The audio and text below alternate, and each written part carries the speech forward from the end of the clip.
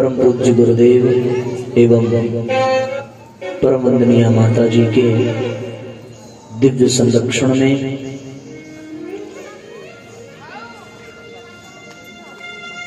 सुदामापुरी के इस आध्यात्मिक वातावरण में और समस्त देव शक्तियों के दिव्य संरक्षण में सप्तदिवसीय ज्ञान यज्ञ, जिसमें श्रीमद् भागवत महापुराण को केंद्र में रखकर हम सभी आध्यात्मिक चर्चा का ये अनुष्ठान शुभारंभ करने जा रहे हैं। आज के इस सत्र में आवाहित पूजित समस्त दैवीय तत्वों को प्रणम्य निवेदित करते हुए एवं कलश यात्रा के उपरांत यहाँ प्रथम सत्र में व्यासपीठ के समक्ष विराजमान हमारी शक्ति स्वरूपा माताओं बहनों, देवतुल्य आत्मीय बंधुओं, वर्तमान में एवं भविष्य में भी आज के सत्र पर चिंतन करने वाले और इससे आध्यात्मिक लाभ प्राप्त करने वाले सभी सत्संग प्रेमी भाई बहनों को नमन वंदन करते हुए आइए हम सभी आज के सत्र में प्रवेश करने से पहले व्यासपीठ की ओर से आप सबको बहुत बहुत स्वागत, बहुत बहुत अभिनंदन। आप सभी के हृदय में विराजमान उस परम सत्ता को बारंबार प्रणाम। हम सभी आज के सत्र का शुभारंभ करें। साथियों, निस्संदेह शास्त्रों में सत्संग की महिमा को विधिवत बखाना गया है। एक स्वर में जितने भी महापुरुष हुए, जितने भी विचारक हुए, जितने भी दार्शनिक हुए, जितने भी लेखक हुए, यहाँ तक कि भारतीय संस्कृत में जितने भी आर्ष ग्रंथ लिखे गए, रचे गए, उन सब में सत्संग की महिमा का एक स्वर में गान किया गया है और उसको सबके द्वारा स्वीकार भी किया गया है। आज हम सब यहाँ ऐसे ही सत्संग का विशेष लाभ प्राप्त करने के लिए एकत्रित हुए हैं। जहाँ सत्संग होता है वहाँ केवल सत्संग का ही लाभ नहीं मिलता, सत्संग का प्रत्यक्ष लाभ है। सत्संग का तात्पर्य जो सत्य की ओर हमें ले चले, जो परमात्मा की ओर हमारी गति, हमारी दिशा को निर्धारित कर सके, वो सत्संग है। पर जहाँ सत्संग होता है वहाँ कुछ अतिरिक्त लाभ भी मिलते हैं जिन ओर हम लोगों का ध्यान नहीं जाता। पहला कि जहाँ सत्संग होगा वहाँ किसी न किसी संत की उपस्थिति अवश्य होगी। बिना संत के सत्संग हो नहीं सकता। संत का तात्पर्य किसी व्यक्ति विशेष से नहीं है। संत का तात्पर्य वो जो सत्संग में बताए गए चीजों को अपने जीवन में जी रहा हो, जो केवल उपदेश से नहीं बल्कि अपने आचरण से, अपने व्यवहार से, अपने चरित्र से वो आध्यात्मिक सूत्र हमें प्रदान करे, जिसको माध्यम बनाकर हम सहज ही सत्य की ओर, उस परम सत्ता की ओर अपने आप को बढ़ा सके। तो सत्संग मिला यानी संत का सानिध्य भी मिला। और सत्संग जब मिलता है तो ध्यान रहे, बहुत कम ही सत्संग में ऐसे लोग होते हैं जो आते हैं जिनको बुरा कहा जाए, बेकार कहा जाए, कुमार्गगामी कहा जाए। ऐसे लोग सत्संग में आते नहीं हैं। कभी कभार किसी विशेष कृपा के कारण वो भटक करके आ जाएं तो ये एक प्रकार का अपवाद ही होगा। इसकी अपेक्षा अधिकतम यही होता है कि जहाँ सत्संग होता है वहाँ अधिक से अधिक अच्छे लोगों की ही उपस्थिति रहती है। अच्छे लोग किस दृष्टि से? पैसे की दृष्टि से नहीं, व्यवस्था की दृष्टि से भी नहीं। अच्छे लोग विचार की दृष्टि से, भावनाओं की दृष्टि से, समर्पण की दृष्टि से, श्रद्धा की दृष्टि से, विश्वास की दृष्टि से अच्छे लोग होते हैं। और जहां ऐसे सज्जन एकत्रित हो जाते हैं वहां सत्संग का लाभ मिलता है। तो सत्संग में केवल और केवल सत्संग का ही नहीं, बल्कि वहां उपस्थित अच्छे लोगों का भी समूह, उसका भी लाभ, और जिस संत के माध्यम से सत्संग हो रहा है उस संत के जो व्यक्तित्व का, जो आभा मंडल का तेज है, प्रभाव है, उसका भी हम सब लोगों को लाभ मिलता है। हमारे परम पूज्य गुरुदेव ने प्रज्ञोपनिषद में लिखा है कि किसी को सत्संग का लाभ कब मिलता है? बोले दो कारण से मिलता है। पहला कारण ये कि वो व्यक्ति खुद एक तपस्वी हो, जो बातें उसे सत्संग में पता चले उसका वो अपने जीवन में खूब अभ्यास करे और उसको अपने जीवन में उतारने का सामर्थ्य रखता हो, उतारने का साहस रखता हो। एक तो कारण ये बनता है सत्संग के लाभ का।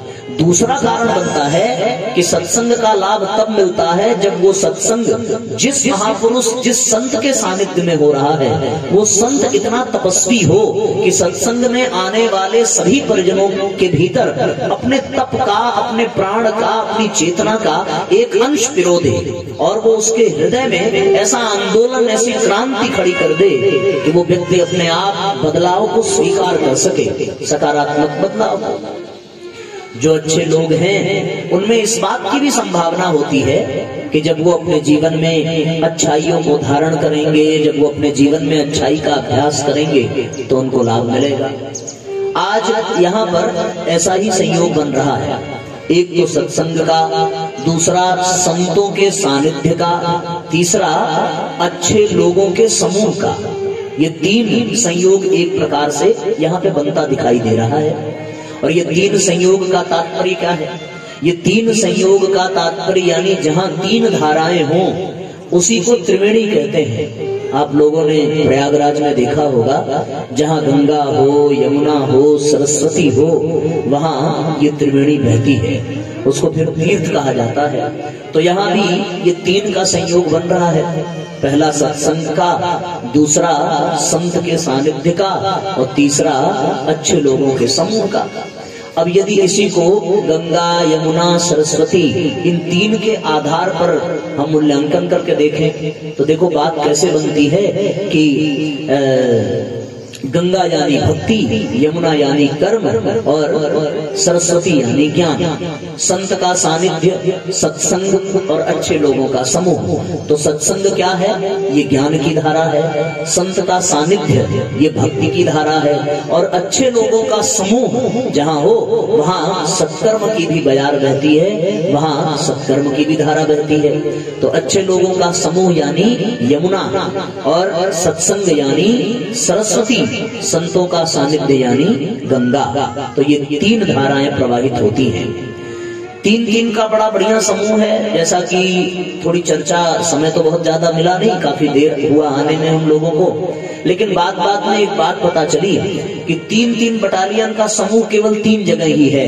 एक सीतापुर में है, एक मेरठ में है और एक संभवतः शाहजहांपुर में है, जहां तक मेरी जानकारी है। मैं सही हूं ना? भैया ने बताया था तीन जगह। तो तीन जगह तीन तीन बटालियन का संयोग। बटालियन तो हमारे बनारस में भी है, काशी में भी, पर वहां एक ही है। यहाँ पर तीन तीन बटालियन और तीन तीन जगह। उसी प्रकार तीन धाराएं भी बह रही हैं। कौन कौन सी? ज्ञान की, कर्म की और भक्ति की। और वो तीनों का प्रमाण यहाँ मिल रहा है संतों के सानिध्य के रूप में, सत्संग के रूप में और श्रेष्ठ लोगों के समूह के रूप में। मैं इसको थोड़ा सा और स्पष्ट कर दूं। संतों के सानिध्य का मतलब हम लोगों के सानिध्य का नहीं है। हम लोग किसी दृष्टि से संत नहीं है। संतों के सानिध्य का तात्पर्य यह है कि हम जिस महापुराण को केंद्र में रख करके यहाँ पर चर्चा करेंगे वो संतों के द्वारा प्रदान की गई अमूल्य निधि है। आप सब जानते हैं कि इसको लिखने वाले भगवान वेदव्यास हैं। आप सब जानते हैं कि इसका प्रथम वाचन करने वाले उन्हीं के सुपुत्र भगवान शुकदेव हैं। आप सबको ये भी पता है कि इसमें विदुर जी का मैत्री ऋषि का संवाद भी है, इसमें शिव पार्वती का संवाद है, इसमें भक्त और भगवान का संवाद है। तो विचार तो उन्हीं के हैं, लिखा उन्हीं के द्वारा गया, प्रवाहित उन्हीं के द्वारा किया गया। हम लोग माध्यम बन जाते हैं उस दिव्य संदेश को आप तक पहुंचाने के लिए। तो संतों के सानिध्य का मतलब भगवान वेदव्यास का सानिध्य, संतों के सानिध्य का मतलब भगवान शुकदेव का सानिध्य, संतों का सानिध्य मतलब परम पूज्य गुरुदेव का सानिध्य। हम लोग कौन हो गए भाई? हम लोग हो गए पोस्टमैन, जो उनके संदेश को लेकर के घर घर पहुंचाने का काम करता है। हाँ, एक बात ये है कि जब पोस्टमैन संदेश लेकर के पहुंचता है तो कुछ लोग बड़े प्यार से कहते हैं कि भैया हमारी हिंदी थोड़ी सी कमजोर है, जरा पढ़ करके सुना दो। उसी तरीके से आप लोग ये कह सकते हैं कि आपकी संस्कृत थोड़ी कमजोर है, थोड़ा पढ़ के सुना दो। तो हम बस वो संस्कृत और उसकी हिंदी की व्याख्या पढ़ करके आपको सुनाते चले जाएंगे। तो एक संदेश वाहक के रूप में पूज्य गुरुदेव की कृपा से और उनके विचारों को लेकर, संतों के विचारों को लेकर हम सब लोग आपके बीच में यहाँ पर उपस्थित हुए हैं। तो एक बात ये संतों का सानिध्य, दूसरा अब संतों का सानिध्य मिला तो सत्संग मिलेगा ही मिलेगा। और अच्छे लोग कौन हैं? अच्छे लोग हम लोगों से ज्यादा अच्छे लोग आप लोग हैं। ये अच्छे लोगों की निशानी तो नहीं है कि अपने बैठ करके चौकी के ऊपर बैठ गए, आप लोगों को जमीन पे बिठा दिया। आप लोग देखो कितने अच्छे हो कि हमसे उम्र में बड़े भी हैं, फिर भी आप नीचे बैठ करके हमारा सम्मान कर रहे हैं। अच्छाई तो आपसे निकल रही है।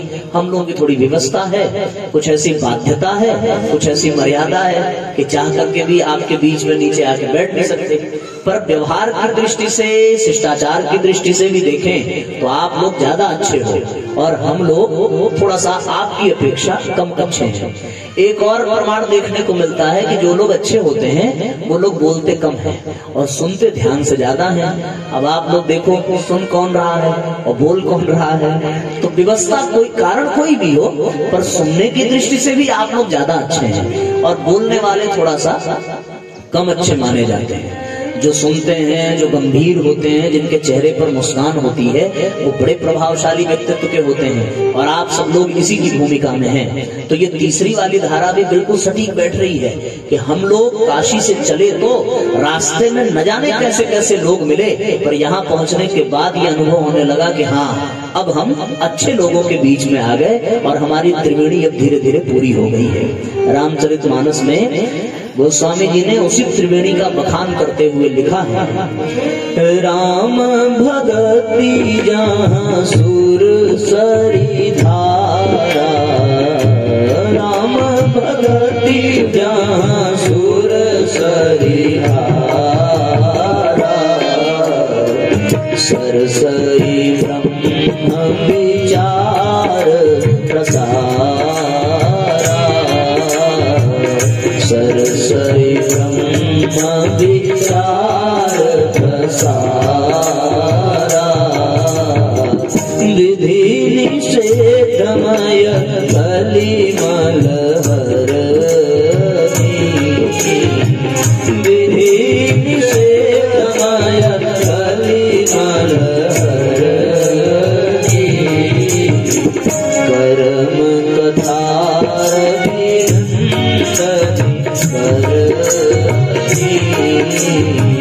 कर्म कथार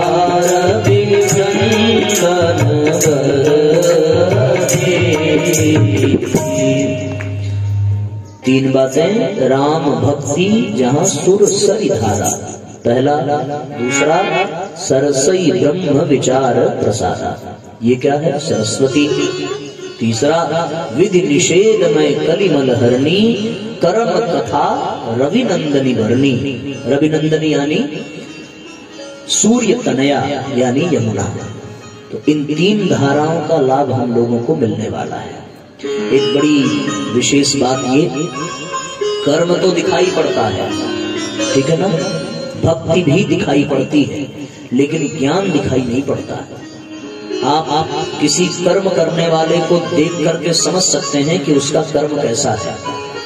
आप किसी भक्त को भी देखकर उसके स्वभाव को, उसके वेशभूषा को, उसके चाल चलन को देख करके आप ये अनुभव कर सकते हैं कि ये कोई विशेष भक्त है।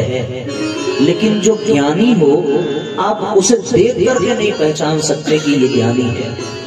उसके ज्ञान का दर्शन तब होगा जब वो अपने ज्ञान को प्रकट करेगा। बिना प्रकट किए तो हम ज्ञानी को पहचान ही नहीं सकते। वो बैठा तो आपके बगल में ही होगा, लेकिन जब तक वो अपने ज्ञान को प्रकट नहीं करता तब तक उसके ज्ञानी होने का प्रमाण मिलता नहीं है। आप लोग गए हो प्रयागराज में, स्नान किया होगा, तो आपने देखा होगा, कहा भैया ये थोड़ा ढीला है, आप पेचकस दे दो तो हम बैठे बैठे कसते रहेंगे और अपना संदेश भी देते रहेंगे। हाँ, ये पकड़ा देना, ले। हाँ, तो मैं ये निवेदन कर रहा था कि जब आप प्रयागराज गए होंगे तो प्रयागराज में आपने देखा होगा कि ज्ञान की भी धारा है, भक्ति की भी धारा है और कर्म की भी धारा है। पर वहां यमुना जी का तो दर्शन होता है, गंगा जी का दर्शन होता है, लेकिन सरस्वती नदी का दर्शन नहीं। ये भी आ गया इसमें, तो सरस्वती नदी का दर्शन उसमें नहीं होता। लेकिन प्रमाण ये कहता है कि वहां त्रिवेणी में सरस्वती भी आकर के मिलती है। सरस्वती यानी ज्ञान। तो कर्म दिखाई पड़ेगा, यमुना दिखती है, भक्ति दिखाई पड़ेगी, गंगा दिखती है, लेकिन ज्ञान दिखाई नहीं पड़ता। क्यों? इसीलिए सरस्वती की धारा वहां दिखाई भी नहीं पड़ती। बड़ा सुंदर एक संदेश दिया था, हमने सुना था कथा में। हम सबके बड़े ही पूजनीय हैं, परमादरणीय भागवत कथा व्यास रमेश भाई ओझा जी, आपने सुना होगा। उन्होंने एक बड़ा बढ़िया सूत्र दिया था कि महिलाएं अपने बाल की चोटियां बनाती हैं, और जब बाल की चोटियां बनाती हैं तो बाल को 3 हिस्सों में विभाजित करती हैं। उसके बाद उन तीनों हिस्सों को एक ही में गूंथना प्रारंभ करती हैं। किया था शुरुआत तो 3 हिस्से थे, लेकिन जब गूंथना प्रारंभ किया तो कितनी बेड़ी निकल करके आई? केवल 2 निकल करके, तीसरी उसी में विलुप्त हो जाती है। उसी प्रकार प्रयागराज में भी गंगा यमुना दिखती है पर सरस्वती उसमें विलुप्त हो जाती है। उसी प्रकार कर्म दिखता है, भाव भी दिखता है कि किस भाव से किया गया, लेकिन उस कर्म के पीछे कौन सा विचार है, कौन सा ज्ञान है, ये दिखाई नहीं पड़ता। अब यहाँ पर सत्संग का आयोजन तो हुआ, सत्संग दिख रहा है यानी कर्म दिखा। अब सत्संग के पीछे भाव क्या है ये भी अनुभव हो जाएगा, पर सत्संग के पीछे विचार क्या है, सत्संग के पीछे योजना क्या है, सत्संग के पीछे उद्देश्य क्या है, ये तब तक समझ में नहीं आएगा जब तक वो आपके सामने प्रकट न किया जाए। कुछ लोग प्रचार प्रसार के लिए सत्संग करते हैं, कुछ लोग नाम कमाने के लिए सत्संग करते हैं, कुछ लोग पुण्य कमाने के लिए सत्संग करते हैं, कुछ लोग प्रदर्शन के लिए सत्संग करते हैं, कुछ लोग अपना पाप हटाने के लिए सत्संग करते हैं, कुछ लोग विश्व कल्याण की भावना से सत्संग करते हैं, कुछ लोग आत्म कल्याण की दृष्टि से सत्संग करते हैं। तो आप भी अपना एक उद्देश्य निश्चित कर लीजिए कि आप इन 7 दिनों में किस उद्देश्य से सत्संग के लिए बैठेंगे।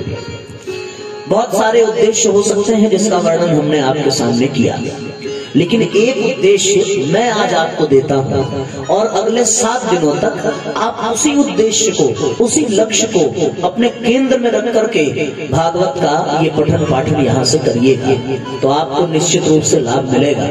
अगर आपने उस एक उद्देश्य पर अपने मन को स्थिर कर लिया, इस एक उद्देश्य पर अपने आप को एकाग्र कर लिया, तो निस्संदेह आपको इन 7 दिनों में वो लक्ष्य मिलेगा, आपको अनुभव होगा।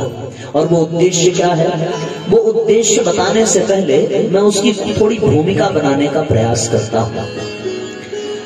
साथियों, वास्तविकता ये है कि इस संसार में जो कोई भी है वो परतंत्र होकर के रहना नहीं चाहता। हर आदमी स्वतंत्रता चाहता है।